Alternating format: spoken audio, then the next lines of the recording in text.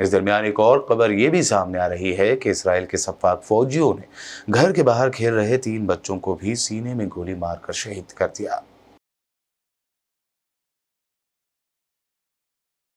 فلسطین کے صدر محمود عباس نے کہا ہے کہ غزہ میں کوئی ریاست نہیں اور نہ ہی اس کے بغیر فلسطینی ریاست مکمل ہو سکتی ہے۔ سعودی خبر رساں ادارے کے مطابق فلسطینی عوام کے ساتھ ایک جہتی کے عالمی دن کے موقع پر اپنے خطاب میں انہوں نے کہا کہ غزہ بھی بیت المقدس اور مغربی کنارے کی طرح ایک لازمی اور ناقابل تقسیم فلسطینی ریاست کا اٹوٹ حصہ ہے۔ انہوں نے کہا کہ غزہ کی پٹی کو وجود کے خطرے کا سامنا ہے۔ اسرائیلی فوج فلسطینی شہریوں کو جان بوجھ کر اور منظم طریقے سے نشانہ بنانے، جنگی جرائم اور انسانیت کے خلاف جرائم کا ارتکاب کر رہی ہے۔ انہوں نے مزید کہا کہ 7 اکتوبر سے اسرائیلی افواج نے غزہ میں ہولناک بین الاقوامی جرائم کا ارتکاب کیا ہے، جن میں جنگی جرائم اور انسانیت کے خلاف جرائم شامل ہیں۔ ایک ایسے وقت میں جب خطے میں ایرانی حمایت یافتہ مسلح گروپوں کے بیانات میں اضافہ ہو رہا ہے اور ان بیانات میں اسرائیل اور صہیونیوں سے لڑنے کا مطالبہ کیا جا رہا ہے، ایرانی سپریم لیڈر خامنئی نے ایک اہم بیان دیتے ہوئے کہا کہ جو بھی ایران پر صہیونیوں کو سمندر میں پھینکنے کی کوشش کرنے کا الزام لگاتا ہے وہ جھوٹا ہے۔ علی خامنئی نے بدھ کو ایکس پر عربی اکاؤنٹ پر کہا کہ دنیا میں کچھ لوگ اس وقت جھوٹ بول رہے ہوتے ہیں جب وہ دعویٰ کرتے ہیں کہ ایران کہتا ہے کہ یہودیوں اور صہیونیوں کو سمندر میں پھینک دینا چاہیے۔ انہوں نے کہا کہ ایران نے کبھی ایسا نہیں کہا، بلکہ ہمارا ملک یہ سمجھتا ہے کہ عوام کے ووٹ ہی صہیونیوں کی قسمت کا تعین کرتے ہیں۔ بحرین کے رکن پارلیمنٹ محمد البلوشی نے اقوام متحدہ کی تقریب میں امریکی، فرانسیسی اور برطانوی سفیروں کے ساتھ بیٹھنے سے انکار کر دیا ہے۔ غیر ملکی میڈیا رپورٹس کے مطابق نیو یارک میں اقوام متحدہ کے ہیڈ کوارٹر میں فلسطینی عوام کے ساتھ ایک جہتی کے عالمی دن کے موقع پر ایک تقریب منعقد کی گئی۔ یہ تقریب ہر سال 29 نومبر کو جنیوا، ویانا اور نیروبی میں بھی اقوام متحدہ کے دفاتر میں منعقد ہوتی ہے۔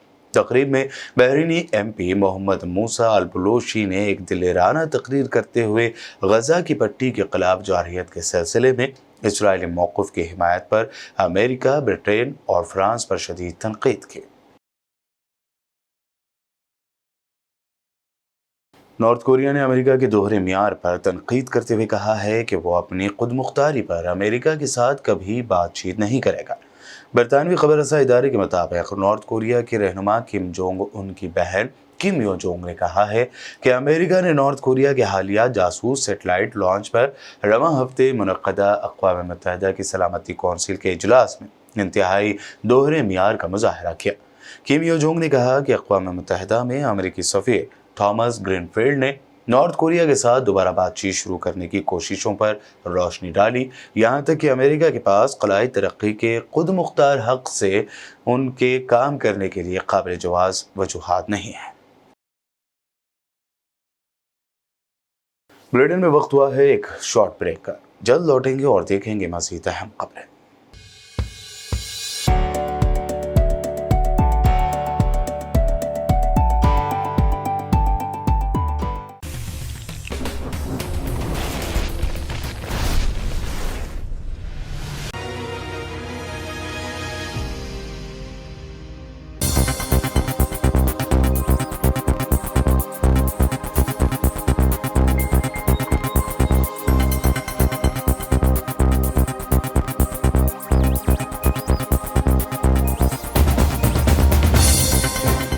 بریک کے بعد آگے بڑھتے ہیں اور اب دیکھتے ہیں مزید اہم خبریں۔ اسرائیل اور حماس کے درمیان جاری شدید جنگ کے بعد ہوئے سیز فائر کے وقت اقوام متحدہ جنرل اسمبلی نے ایک اہم تجویز پاس کی ہے۔ اس میں مطالبہ کیا گیا ہے کہ اسرائیل اپنے قبضے والے گولان پہاڑیوں سے ہٹ جائے اور اس پر جمایا قبضہ چھوڑ دے۔ ہندوستان نے UN کی اس تجویز کی حمایت کی ہے۔ یہ وہ علاقہ ہے جسے یہودی ملک اسرائیل نے 1967 کے 6 روزہ جنگ میں سیریا سے قبضے میں لے لیا تھا۔ اسرائیل کے خلاف اس تجویز کو ہندوستان کے علاوہ بنگلہ دیش، بھوٹان، چین، ملیشیا، مالدیپ، نیپال، سری لنکا، روس، ساؤتھ افریقہ اور UAE نے بھی سپورٹ کیا ہے۔ Thank you very much, Mr. President. On the occasion of the International Day of Solidarity with the Palestinian people, tomorrow, which is 29 November, let me at the outset reaffirm our long-standing relationship with the Palestinian people based on deep-rooted historical and people-to-people ties and our consistent support to the people of Palestine in their endeavor for statehood, peace and prosperity. We are gathered today, Mr. President, at a time when the security situation in the Middle East is deteriorating due to the ongoing Israel-Hamas conflict, with a large-scale loss of civilian lives, especially women and children, and an alarming humanitarian crisis.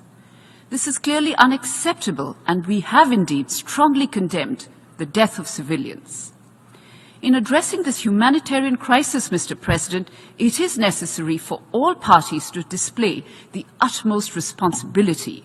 In this, we welcome all efforts by the international community that would lead to a de-escalation and delivery of humanitarian assistance to the people of Palestine.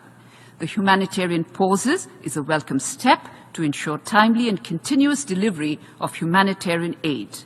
We, on our part, have sent 70 tons of humanitarian goods, including 16.5 tons of medicines and medical supplies. We are aware, Mr. President, that the immediate trigger were the terror attacks in Israel on 7 October, which were shocking and deserve our unequivocal condemnation. There can be no justification for terrorism and hostage-taking. Our thoughts are with those who have been taken as hostages. While we welcome the news of the release of the hostages, we also call for the immediate and unconditional release of the remaining hostages. India has a zero-tolerance approach to terrorism. We also believe that there is a universal obligation to observe international humanitarian law. I will add, Mr. President, that since the start of the conflict, my Prime Minister and External Affairs Minister have been in close contact. Telangana اور راجستھان میں آج voting کی جا رہی ہے. تلنگانہ کے مختلف علاقوں میں برسر اقتدار BRS, BJP اور کانگریس کارکنوں کے درمیان جھڑپوں کی بھی خبر ہے. وہیں سست رفتاری سے ووٹنگ کے عمل کی بات کہی جا رہی ہے. اس لیے عوام سے پھر ایک مرتبہ اپیل کی جا رہی ہے کہ وہ گھروں سے نکلیں اور اپنے ووٹ کا استعمال کریں. مزید تفصیلات کے لیے دیکھیے یہ تفصیلی رپورٹ. ملک کی 29ویں ریاست تلنگانہ کی اسمبلی کے انتخابات کے لیے پولنگ کا عمل جاری ہے. صبح 7 بجے پولنگ عملے نے ریاست بھر میں متعلقہ پولنگ مراکز میں پولنگ کی شروع. ریاست میں جہاں 119 حلقوں کے لیے انتخابات ہو رہے ہیں، وہیں پولنگ شام 5 بجے تک جاری رہے گی. 2290 امیدوار انتخابی میدان میں ہے. ریاست بھر میں 35,655 پولنگ مراکز قائم کیے گئے. پولیس کے بھی سخت انتظامات ہیں. ہر جگہ گاڑیوں کی تلاشی لی جا رہی ہے اور بے وجہ گھومنے والوں پر کارروائی کی جا رہی ہے. پولنگ کے آغاز کے ساتھ ہی ریاست و شہر بھر میں ووٹرز کا رجحان دیکھا جا رہا. شہر کی مشہور شخصیات نے اپنا حق رائے دہی استعمال کیا. ٹالی ووڈ سپر سٹار الو ارجن اور جونیئر NTR اپنا ووٹ ڈالنے کے لیے قطار میں کھڑے دکھائی دیے. الو ارجن نے جوبلی ہلز میں، جبکہ جونیئر NTR اور ان کے خاندان نے حیدرآباد کے پی اوبل ریڈی پبلک اسکول میں پولنگ بوتھ پر اپنا ووٹ ڈالا. ان کے علاوہ دیگر ٹالی ووڈ ایکٹرز، BRS صدر KCR، بیرسٹر اسد الدین Owaisi, BRS working president KTR، MLC کویتا، BJP ریاستی صدر کشن ریڈی، تلنگانہ DGP انجنی کمار کے علاوہ دیگر کئی اہم شخصیات نے اپنے ووٹ کا استعمال کیا اور عوام کو بھی اپنے گھروں سے باہر نکل آ کر ووٹ ڈالنے کی اپیل کی. وہیں صبح 7 بجے سے 11 بجے تک 20% ووٹروں کا ٹرن آؤٹ ریکارڈ کیا گیا، جبکہ دوپہر 1 بجے تک 36.68% ووٹنگ درج کی گئی. Bureau report BBN news.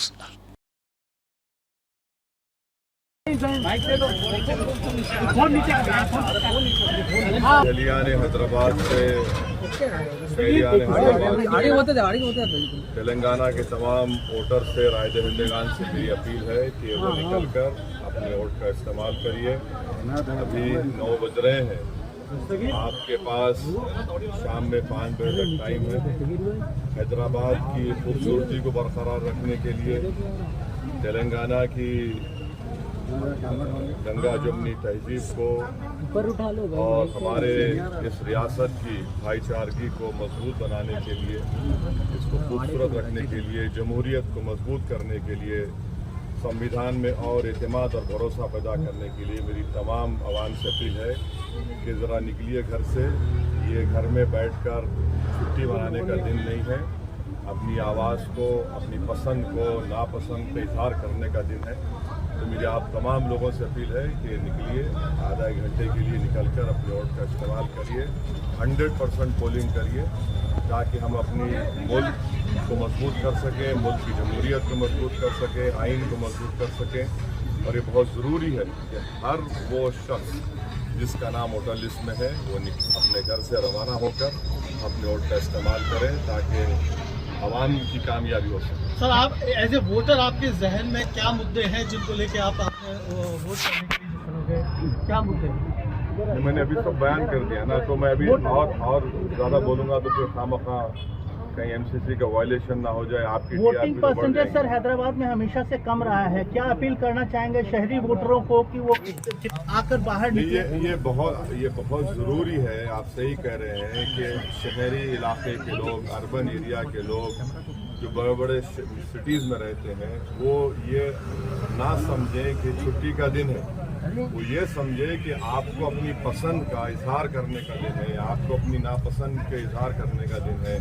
آپ کو اپنے محلے کو، اپنے بلڈنگ میں رہنے اطراف کے ماحول کو اچھا کرنے کے لیے، شہر کو اور خوبصورت بنانے کے لیے آپ کو نکل کر اپنا ووٹ ڈالنا پڑے گا.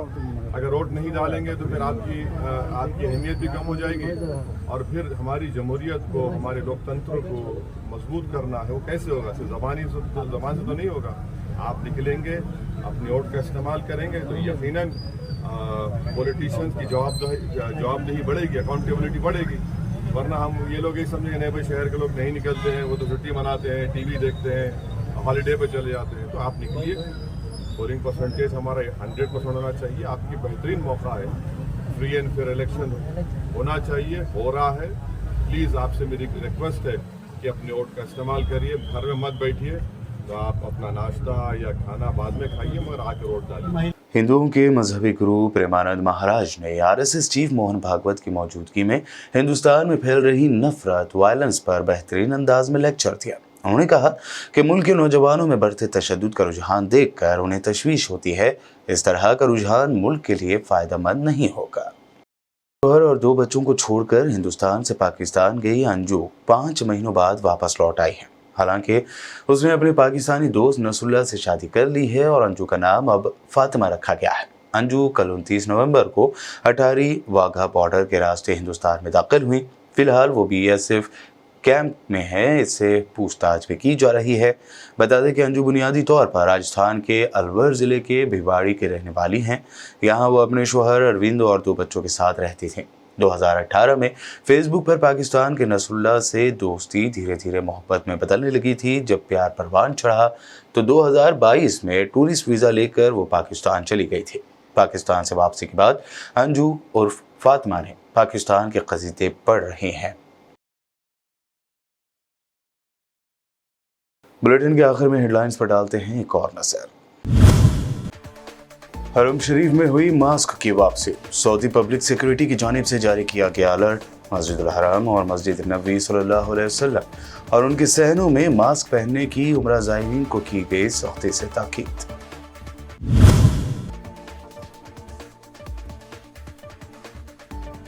حماس اسرائیل سیز فائر مزید 1 دن بڑھ گیا. حماس نے 4 غیر ملکیوں سمیت 16 ہوسٹیجز کو کیا رہا.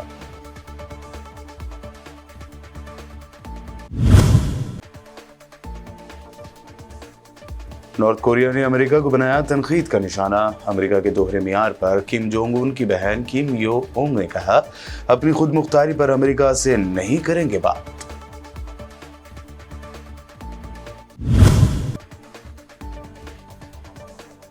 اقوام متحدہ جنرل اسمبلی میں اسرائیل کے خلاف اہم تجویز ہوئی پاس. ہندوستان نے بھی کیا سپورٹ. سیریا کے گولان پہاڑیوں سے اسرائیلی قبضہ ختم کرنے کا مطالبہ.